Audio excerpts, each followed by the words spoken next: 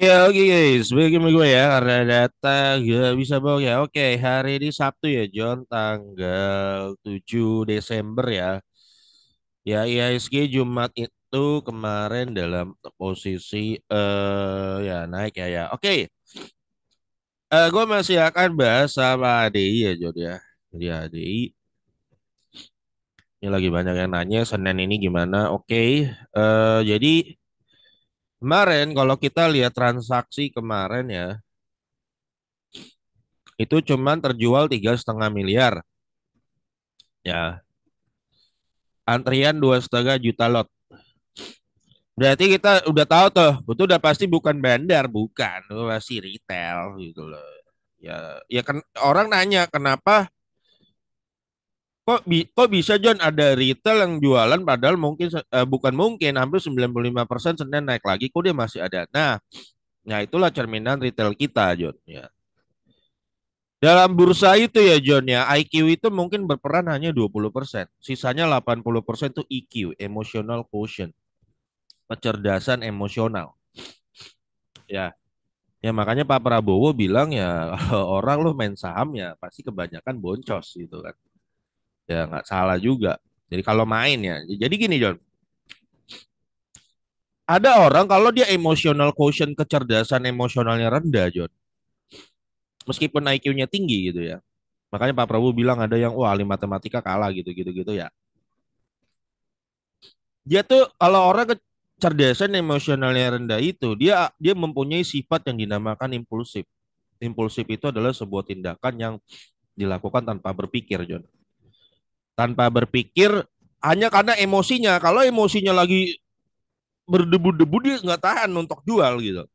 Nah, apa ngaruhnya John di saham? Ngaruhnya adalah orang-orang seperti ini ketika dia merah, semua pada market pada rame-rame merah dan posisi dia ikut cut loss John. Kenapa? Karena dia tidak bisa kontrol emosinya. Demikian juga ketika dia hijau, udah sangat hijau yang membuat emosi dia membara, dia tidak tahan untuk jual. Nah itu John. Jadi kalau lu tanya kok bisa ada retail yang lumayan jualan, ya itulah jawabannya. Nah ini belum bandar John, mana ada bandar 3 miliar. Bandar kalau mau jualan tinggal haki aja kemarin kan antriannya segini. Kenapa dia nggak haki? Karena para bandar itu yang pegang dapat IPO-nya banyak itu dia merasa ini masih bisa naik. Nah jadi jangan segala sesuatu disalahkan ke bandar Joni. Lihat analisa baik-baik. Ya jangan ada emiten nggak ada bandarnya, lu bilang ada bandarnya. Nah, ini bandar belum bergerak kemarin. Jadi kenapa bisa arah Joni? Nah, pahamin dulu. Arah itu terjadi ketika yang mau beli nih antrian 2,5 juta lot. Ketika banyak begini bejibun yang jual dikit. Yang jual cuma 3 miliar. 3,5 miliar orang yang mau jual. Tapi yang ngantri untuk beli itu sekitar 3,5 triliun lah. Sekitar segitu. Terjadilah arah. Gitu lah.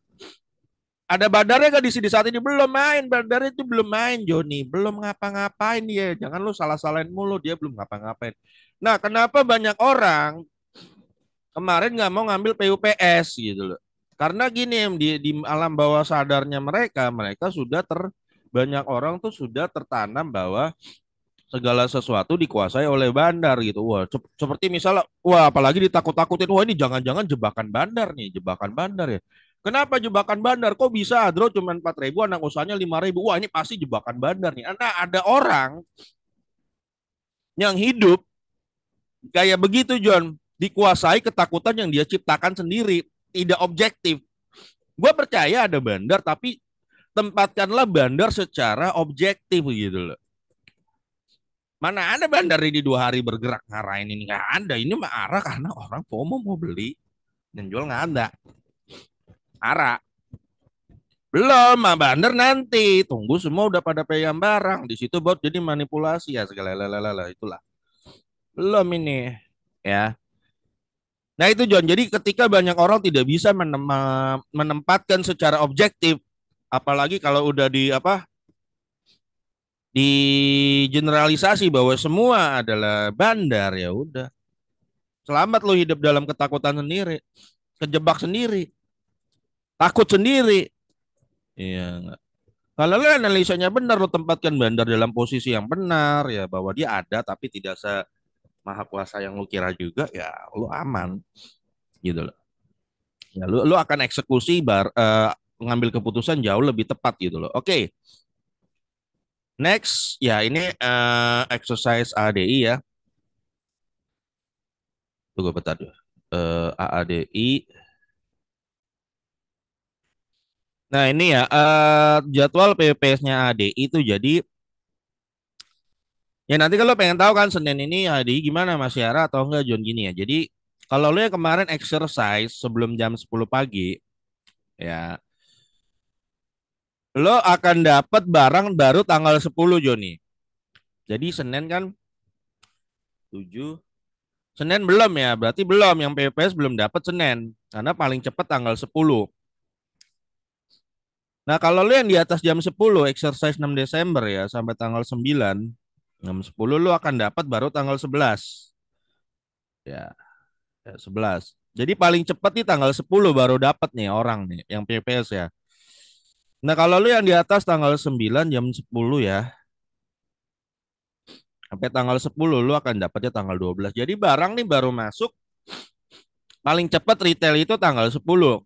Nah, 9 berarti belum masuk PUPS kan. Nah, jadi tanggal 9 menurut gua 90% lah. Gua cukup yakin bahwa ADI ARA. Kenapa? Karena PUPS belum dapat barang. Belum. Belum bisa jualan. Of course dong. Jadi kondisinya masih seperti ini, yang ngantri mau beli. Nah, yang jualan ya paling naik dikit-dikit lah. Kemarin kan hari pertama 2M, nanti 3M, ya mungkin ada 4M ya. Ya yang diuntungkan ya selalu yang bisa beli di awal itu ya sekuritasnya mungkin yang canggih, yang para sekuritas para bandar yang duluan di antri. Jadi kemungkinan lo Senin yang lu yang belum punya barang sama sekali yang mau dapat ya dari ini kemungkinan lo masih sulit dapat di hari Senin. Ya, ya. Ini sesuatu yang hampir 90% predictable gitu, John. Belum ada bandar-bandaran belum. Nah, kadang gue berpikirnya gini, John. Orang mengira, nah ini John ya, orang kalau udah ter apa ya, kepalanya itu udah dikuasai bandar gitu ya.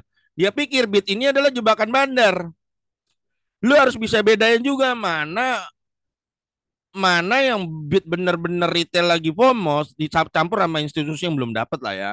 Mana yang benar mau ngejebak lu, ini barang gede John, 2,5 triliun gitu loh. 2,5 lot itu 3,5 triliun ya.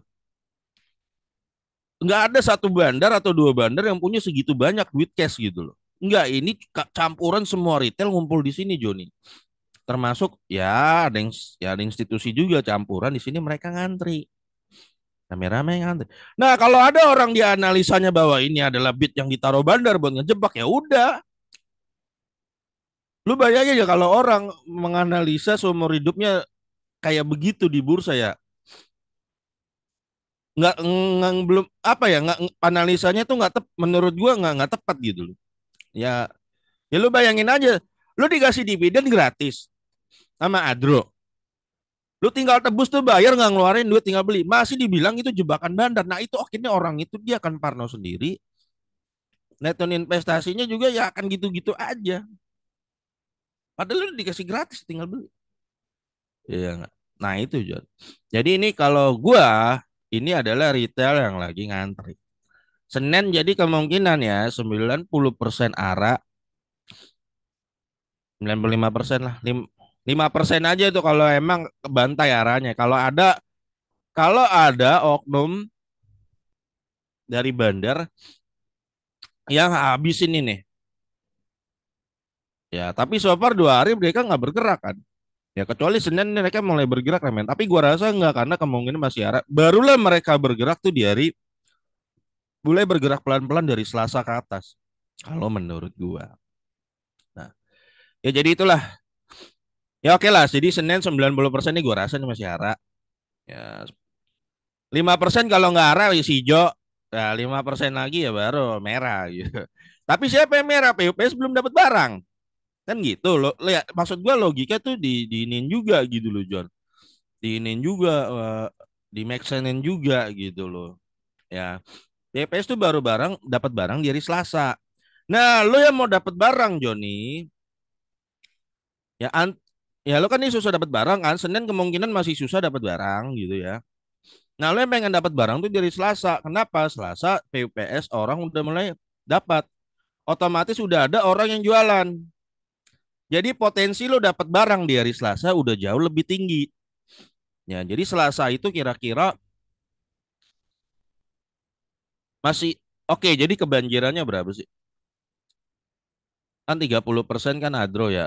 Retailnya Adro kan 30% kan. Bukan 40, 30. 7 miliar lu kali 30%. Ya, 2,1 miliar lembar dipegang oleh retail. Ya. Tapi nggak tahu nih apakah termasuk yang nah, gini juga John, kemarin banyak bandar juga yang beli di PUPS. Jadi meskipun 2,1 miliar ini dicatatnya retail, tapi itu banyak bandar-bandar juga yang beli John ya. Jadi kemungkinan menurut gue Selasa ketika mulai dapat barang imbang ya. Yang mau beli sama yang mau jual imbang. Nah, yang baru dapat barang kan dia baru dapat barang tuh. Nggak mungkin dia langsung jualan ARB Joni. Maksudnya gimana nih gini nih Jon? Kan orang-orang ini ngebet dapat barang nih, nggak dapat dapat udah antri 2 hari. Ya kemungkinan Senin nggak dapat juga gitu kan. Yang dapat dikit gitu kan, cuma 3. Mereka kan baru bisa dapat barang kemungkinan di Selasa. Dia PUPS baru jual. Terjadi pertukaran dong, dia tukar ke barang ke orang yang jual di PUPS. PUPS makan punya dia. Ya nggak? Nah yang baru dapat barang ini di hari Selasa kan nggak mungkin ARB-in besok. Dia kan berharap abis beli ada yang ngangkat, betul nggak? Dia nunggu. Jadi menurut gua di hari Selasa 70% mungkin masih arak ya. 75% masih arak. 20% kalau nggak arak hijau lah, cukup tinggi. Ya 10% aja kalau emang merah, yang nggak NPRB lah, merah. Nah, barulah nanti hari Rabu udah mulai lagi tuh lebih banyak tekan orang PUPS datang kan, mulai imbang. Nah, dari situ mungkin kemungkinannya bandar mulai main menurut gua di hari-hari mungkin Selasa udah mulai gerak dikit ya. Rabu ke atas lah. Baru Kamis nanti full dapat barang semua kan, udah lengkap kan. Nah, baru di situ sesuai pasar aja. Dan tergantung juga dan sesuai juga kalau memang bandar pegang banyak para bandar tuh dan bisa manipulasi sampai akad ya itu gua nggak tahu. Nah, di situ kalau menurut gua udah dari hari Rabu ke atas lah. Nah, itu udah misteri lah menurut gua. Ya udah misteri. Jadi gua tetap ingetin lu kalau yang belum punya, lu coba pikir lagi, lu gue ini FOMO nggak orangnya? Takutnya lu kebantai juga. Jadi resiko lo tanggung sendiri, John. Ini lo yang ngantri-ngantri ini nih. Kalau lo kebantai ya jadi itu salah lo sendiri gitu. Udah diingetin. Kenapa orang udah diingetin tetap aja seneng main kayak begituan ya? Itu dia, itulah retail kita. Yang penting naik, naik pasti rame. Itu bandar juga seneng gak gampang mah retail tinggal lu naikin aja bener datang. Ya. Nah kemarin yang ngambil PUPS itu maaf ya, konyolnya lu tuh ambil PUPS, lu dapat barang di average yang sama bandar gila loh. Ya, kalau lu ambil PUPS, lu dapat di average yang sama kayak bandar. Lu udah dikasih enak gini masih aja lu analisa, ini jebakan bandar, buset dah gila John. Lu udah dikasih duit cash ya buat beli dividen. Lu average-nya sama. Average lu sama 5.900 itu sama kayak average-nya bandar. Sama kayak average-nya Pak Boy Tohir gitu loh. Ya, para konglo. Dan lu masih banyak perhitungan bilang ini jebakan bandar. Ya udahlah John, memang lu yang ngambil PPS kemarin ya udah. Memang lu apa ya alam bawah sadar lu tuh udah terlalu kuat. Bandar itu mencekam. Sosok bandar itu sudah lu agung-agungkan. Ya sudah lu worship gitu loh. Sudah lu sembah sosok bandar itu.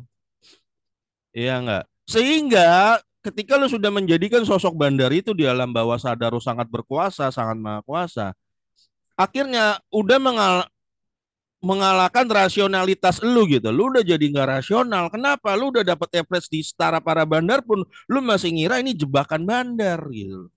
Udah. Ya udahlah, ya lu nggak dapat barang. Ya makanya gue bilang kalau lu berhasil cuan kemarin, ya itu kayak kehebatan. Ya kayak kehebatan dong. Kehebatan dong. Iya nggak? Lu berani ambil di Kumdet, Adro, Robo, dah. Nggak lu jual. Ya hebat, itu butuh dari sekedar mental, Joni. Itu butuh dari sekedar mental. Nggak semua orang punya. Nggak semua orang punya mental seperti itu. Gue udah lama ya, udah berapa tahun itu gue selalu ngambil dividen. Jadi udah lewatin dividen trap berkali-kali, John. Kalau orang yang bilang katanya lewat dividen trap itu nggak cuan ya, dia kan nggak pernah ngerasain. Ya memang dividen trap kelihatan kayak jelek waktu lagi dividen trap. Kayak lu inget ya waktu Adro ARB kemarin? 2 hari lu pada sedih kan? Gue bikin video yang memang kayak begitu. Itu mental yang harus lewatin. Kalau enggak, lu selama selama hidup lu akan selalu ditakut-takutin dengan nama dividen. Padahal dividen trap itu perusahaan ngasih lu duit. Gue ngambil terus, John. Ngambil terus. Mau kata ulang dividen trapnya kayak berapa, gue ngambil terus tuh. Karena menurut gue cuan, ya enggak. Lot gue tetap sama ya, memang secara value turun habis dividen trap. Tapi kan gue dapat tikas-tikas baru, gue dapat lot baru. Gue bisa beli saham baru. Menurut gue lot gue nambah, menurut gue. Tapi ada orang yang berpemahaman, wah enggak John, rugi nih John, ya enggak. Adro dividen 36%, nanti RB-nya 40%. Wah rugi gue John, wah rugi. Gue ya udah. Kan masing-masing toh. Nah sekarang enaknya gini, lo dapat dividen dari Adro 36%. Sekarang posisi dividennya kemungkinan kan Senin kan arah lagi nih, 90% arah itu. Senin. Karena POPS belum masuk gitu kan. Jadi enaknya gini John, kalau si Joni ini dia taruh 100 juta ngambil dividen Adro kan dia dapat 36 juta dah. Ya enggak? 36 juta. Hari Kamis kemarin value-nya dia 36 jutanya udah jadi 43 juta. Jumat kemarin dividen dia udah 51 juta value-nya. Kalau Senin arah lagi, ya nggak? Udah 62 juta. Enak, udah hampir double, ya nggak? Jadi lu dapat yield sama aja, lu dapat yield kayak 62%. Dia taruh 100 juta kan. Sekarang value-nya jadi ya memang adronnya lagi turun. Tapi dia dapat cash segini. Nah, kalau memang nanti ini bisa arah lagi, berapa kali lagi, misalnya sampai 1 juta, jadi BEP lah. Ya. Nah, ke depannya gue nggak tahu ya, John, apakah nih bandar ini sanggup sanggup ngebikin kayak misalnya Pani atau apa brand gitu ya. Misalnya naik 5 kali lipat itu gue nggak tahu. Tapi kalau dari Funda ya, Fundanya itu kemungkinan AADI kalau nggak salah hitungan terakhir gue itu bakal bagi dividen 1.500. Kalau dia bagi ya, tapi kalau enggak ya resiko, John. Ya itu lagi resiko. Investasi lo adalah meminimalisir resiko, bukan bukan lo lari. Meminimalisir seminimal mungkin dan dipertimbangkan baik-baik gitu ya. Menurut gua ada peluang dia bagi, catatan terakhir gua itu 1.500 ya John. Jadi kalau lu 1.500 dibagi 5.970 waktu itu ya dapat yield ya 37%. Masih bisa dia bagi segini kalau menurut gua.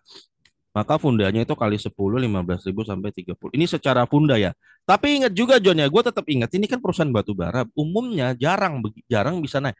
Memang ada case-case tertentu bisa kayak Bian gitu, tahu-tahu naik. Nah, itu yang gua nggak tahu. Tapi di umumnya perusahaan batu bara orang jarang. Tapi karena ini lagi FOMO, kemungkinan terjadi. Kemungkinan terjadi. Belum lagi ditambah FOMO. Di, oke, pertama FOMO. Kedua, orang pada tahu bandar pegang banyak. Nah, ini masalahnya yang bikin retail makin FOMO. Meskipun mereka tahu ini perusahaan batu bara, tapi karena mereka si retail ini tahu si bandar ini mayoritas pegang barang dan ya, makanya mereka jadi FOMO, John. Jadi FOMO. Oke, kalau secara fundamental ini menurut gue di range segini 15 sampai 30. Tapi gue nggak tahu, jangan-jangan apakah bandarnya bisa naikin lagi di atas 30, gue nggak tahu. Misalnya jadi kayak Bian gitu ya. Ya Bian itu kan digoreng sama ownernya sendiri kan. Nah, apakah bakal itu jadi gitu? Itu gue misteri, John. Itu gue misteri buat gue juga gitu ya. Tapi kalau lu tanya fundanya ya di sini. Fundanya di sini 15 sampai 30. Nah, sisanya apakah dia bisa tembus lagi? Gue nggak tahu. Nggak tahu. Jadi makanya gue udah bilang kalau lu resiko tanggung masing-masing, apalagi lu yang baru masuk. Beda sama orang yang masuk dari PUPS gitu. Mereka resikonya udah kecil, tinggal ketawa-tawa doang gitu loh. Ya, jadi kalau lu masuk baru memasok nanti nih di hari Selasa kemungkinan lu dapat barang ya, udah mulai dapat barang. Risiko ya lu tanggung sendiri, cuan lu tanggung sendiri. Seperti itu ya John ya. Oke, sampai ketemu lagi di video gue berikutnya. Karena data gak bisa bohong ya.